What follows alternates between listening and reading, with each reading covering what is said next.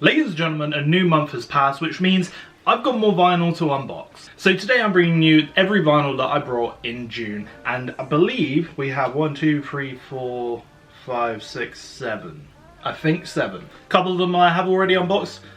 One of them I definitely have not, and a couple I haven't actually taken the wrapper off yet. And I'm first of all going to start off with one that I technically have unboxed already, but I haven't taken the wrapper off yet, and that is SZA with SOS. Now this was definitely one of the best albums that was dropped in, I believe, 2022. And also, I'm a sucker for covers, and this is a really nice cover, and definitely one that is good to have on vinyl, and would definitely be another one that I would add to my wall of non-existent vinyl record frames. Now this is actually part of a limited release. I'm not sure how many have actually been made. There's not like a number or anything on here, but it just basically said limited quantity. I feel like it's just one of those things where it's just like, it's available for however long it's available, and then it's not coming back. So that was half the reason I got it, but obviously this is a great album in itself, so I thought, you know what, SZA, great eyes. She had just headlined, was it headline? No, she didn't headline Glastonbury, that was Coldplay. I know she was one of the bigger acts in the, what's it called?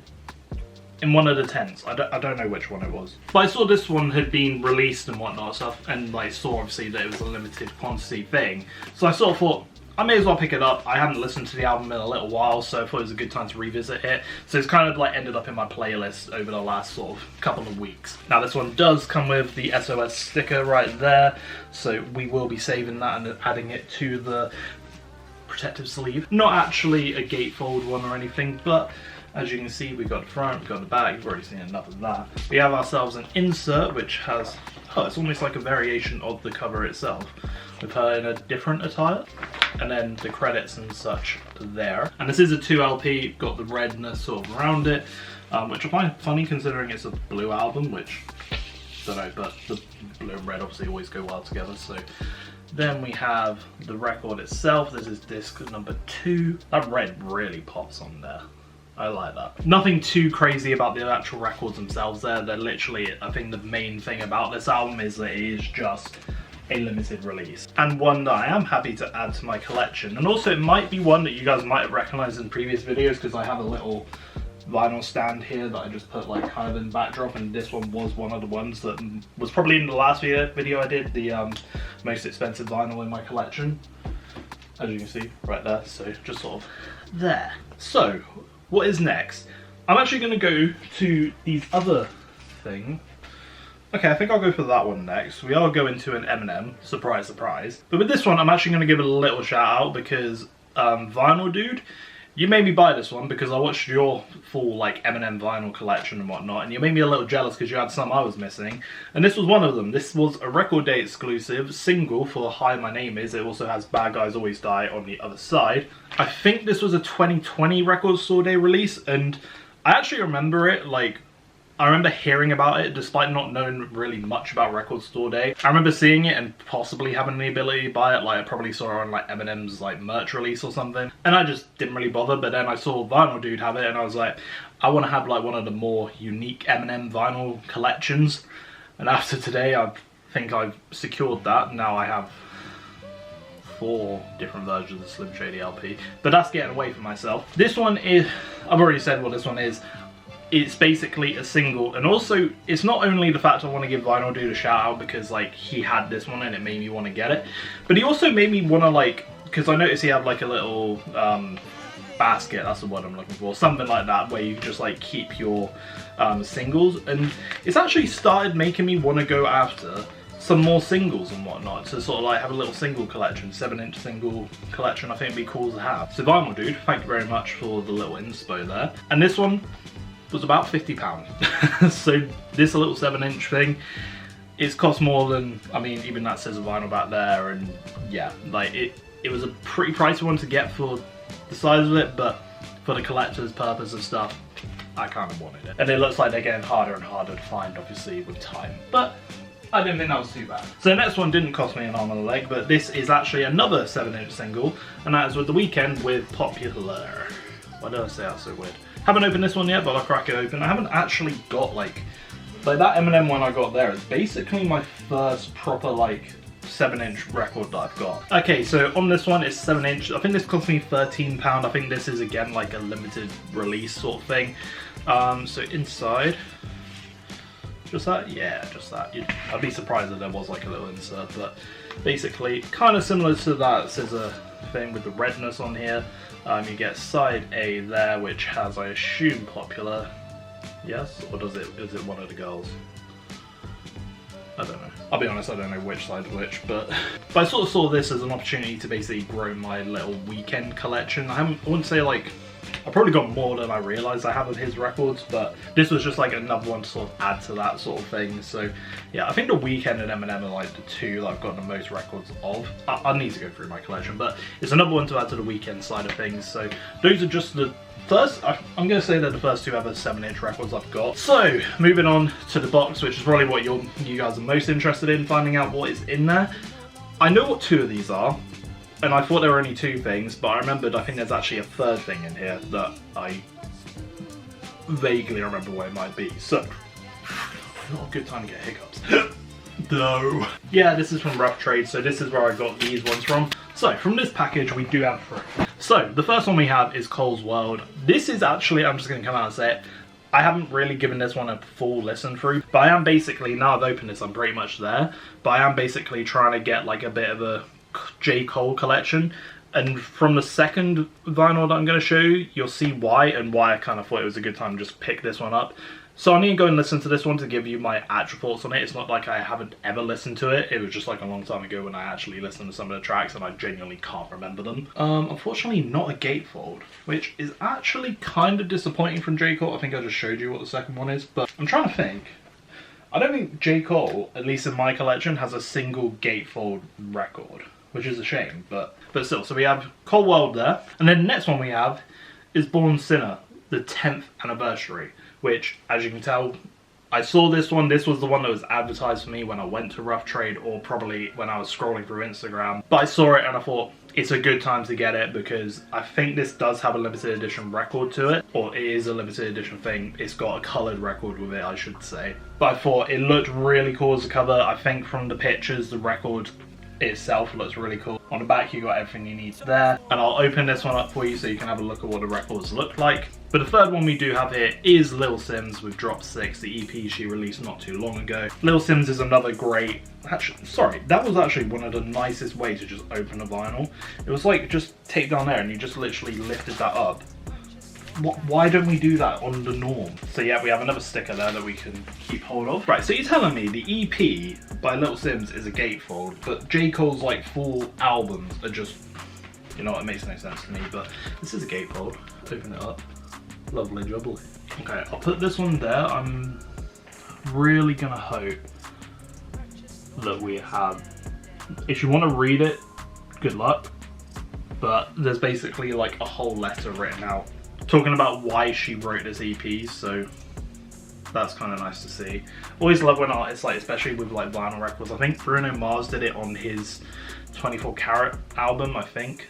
Is that what that album's even called? I can't remember. But I feel like he put like a thank you in there or something. I love when they do that with their records. And this one is actually another coloured record.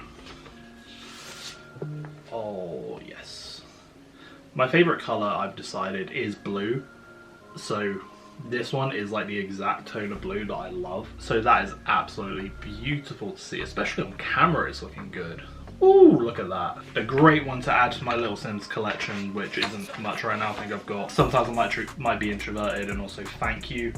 So this is another one to add to that. Great little project for us to sort of like releasing in the meantime and whatnot. So I shall be spinning that. Also, it's a really nice cover. Like I don't know why I keep harking on this like idea of having like a wall with like my vinyls on and whatnot. I really want it at one point. I think I'm kind of like, at this point in my life, I'm basically waiting to move out before I just like do any changes with my room, which hopefully will be soon. But I think when I do, I am going to treat myself to some like vinyl frames that I can put up. And one of the things that I would love to do in like my videos, particularly like seasonally, is change them all out, but then like have like color themes or something. So like, you know, like when people make an Instagram grid and there's like a blue theme or a green theme or something, like I would love to do that with like frames and whatnot. And obviously like these two would work really well together. So I don't know. That's just a random thought for the day. I'm gonna save Sideline Story because, as I kind of mentioned, the reason I got these two records for J.Cole is because I want to make a video very similar to the Kendrick Lamar one and the Eminem one I did, where I basically just went through like my Eminem collection, my Kendrick Lamar collection, and then I want to do my J. Cole collection videos. So I think now I've got these two in there, I'm fairly happy to go ahead and sort of like make a bit of a video of my J. Cole collection, because I think there's a good like 5 or 6 in there now. So let's go ahead and open this one up. This is the 10th anniversary of Born Sinner. Okay, so probably an insert in here, I guess. Or not? No? No insert. Interesting. Why is J. Cole so good at these? Like, pretty much, like, I know, why was I going to say Good Kid, Mad City then? No, it's because I was going to say Get Off My Dick as the song title, but that's not even the name of the album. I mean, 2014 Forest Hill Drives has a very similar thing to these sleeves. They basically go through these like picture sleeves, and they are so epic each time, and it just like makes them look so cool. There's the other side of that one. Now on this one you've got like statue of a woman or something. Yeah, with like King Cole, like the logo basically.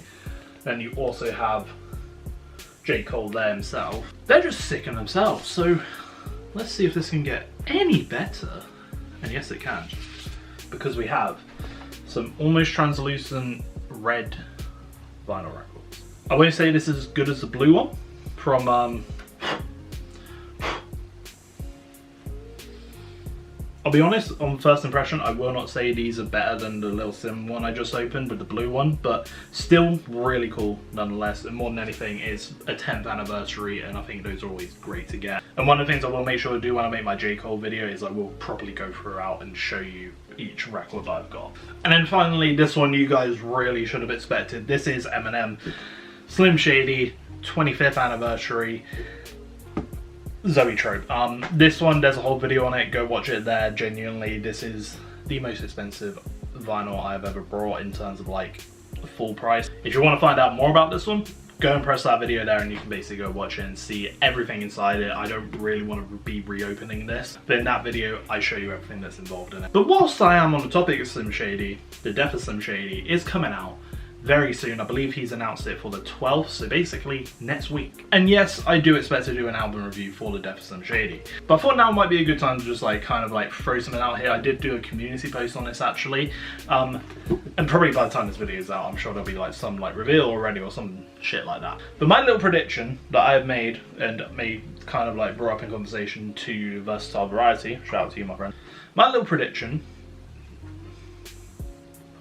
fucking mark on it already, how the fuck did I do that? Sorry, that was such a tangent, sorry, that wasn't aimed at you Versatile, I've already got a fucking mark on this, oh whatever, I don't deserve it. But anyway, Slim Shady, death of Slim Shady, blah blah blah, Slim Shady Shady. The thing with that album is we don't have an album cover. And there's a lot of speculation on like what it could be, yada yada. My little theory that I'm just going to throw out there is I reckon it's going to be very similar to the Slim Shady LP in terms of like where you have the car, you have Eminem and Haley on the end and whatnot. I reckon you're going to have that sort of vibe. Maybe it's not the exact same location, looks different in terms of staging, I guess is the word. But then you still have the car with Eminem or Slim Shady in the bonnet dead. That's my prediction that I wanted to just throw out in a video so I could just be like, called it, or I just don't reference it ever again because I got it wrong, which is probably more likely what's going to happen. But also, we have just had the release of Tobey, and I feel like it's been quite controversial in the like Eminem stan fan world. And at first, I didn't like it. I had kind of a couple of issues with it, and I think my main one is that it's a long track for one, which isn't a problem at all. Like, I think we need more longer tracks these days because attention spans are out the window. But it's not the length of the track that's a problem for me, or at least at first. It was more that it was an Eminem single that felt like it was just a Big Sean song featuring Eminem. And also another issue I had with it is it always felt like every time they were rapping, it felt like they were building up to something, but the beat wasn't joining them, or it wasn't dropping enough to like make it feel like it was reflecting the flow or the actual rapping they were doing. However, those were my first thoughts. I've listened to it multiple times over, and I do actually like the track now. I think one of the things that completely ruined the perception of this track is the music video not coming out. There was a leak, so I think Eminem was like, with him and how he is with leaks, he just sort of says, fuck it, and just like puts the track out, not the album. And I think the problem with this track is it's really dependent. It's not like completely dependent on it. I think there's another point I'm about to bring up.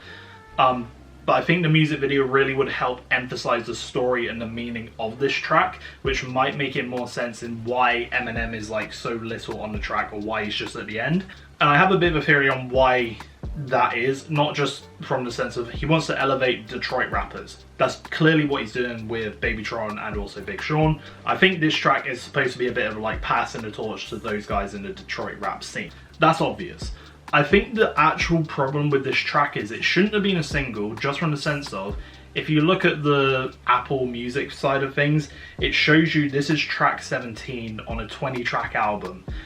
That 20 tracks, I think you can take away at least one, because I think this is for the like pre-order bonus track thing, so there's probably like 19 tracks here. So if it's track 17, what I am betting you right now is this is the last track of the album. Bear with me. But then you get a skit, which will be track 18, and then you almost get like the final track that's like a fun, just random, a bit like Discombobulated on Music to Be Murdered by Side B.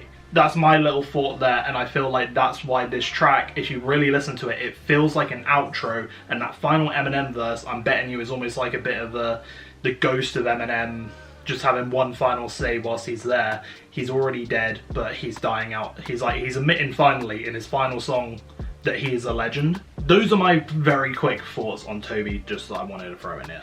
I know that's completely off topic from the video that I'm making right now, but back to it. These are the records that I got in June, and so are my singles over there somewhere. So from this, you can basically expect to see a J.Cole video. They'll be going over all my J.Cole vinyls I have. Sorry, I said vinyl, sorry. And also one I haven't really spoken about, which I am working on, is I'm basically going to look at doing a bit of a Slim Shady video, because I have too many Slim Shady vinyl now, and I think it's time that I make a bit of a comparison video, seeing as I haven't. Because I don't think anyone else is stupid enough to have all the versions of the Slim Shady LP on vinyl. They're probably not every single one. I don't think I've got like the original release or anything, or pressing, but I know I don't have it.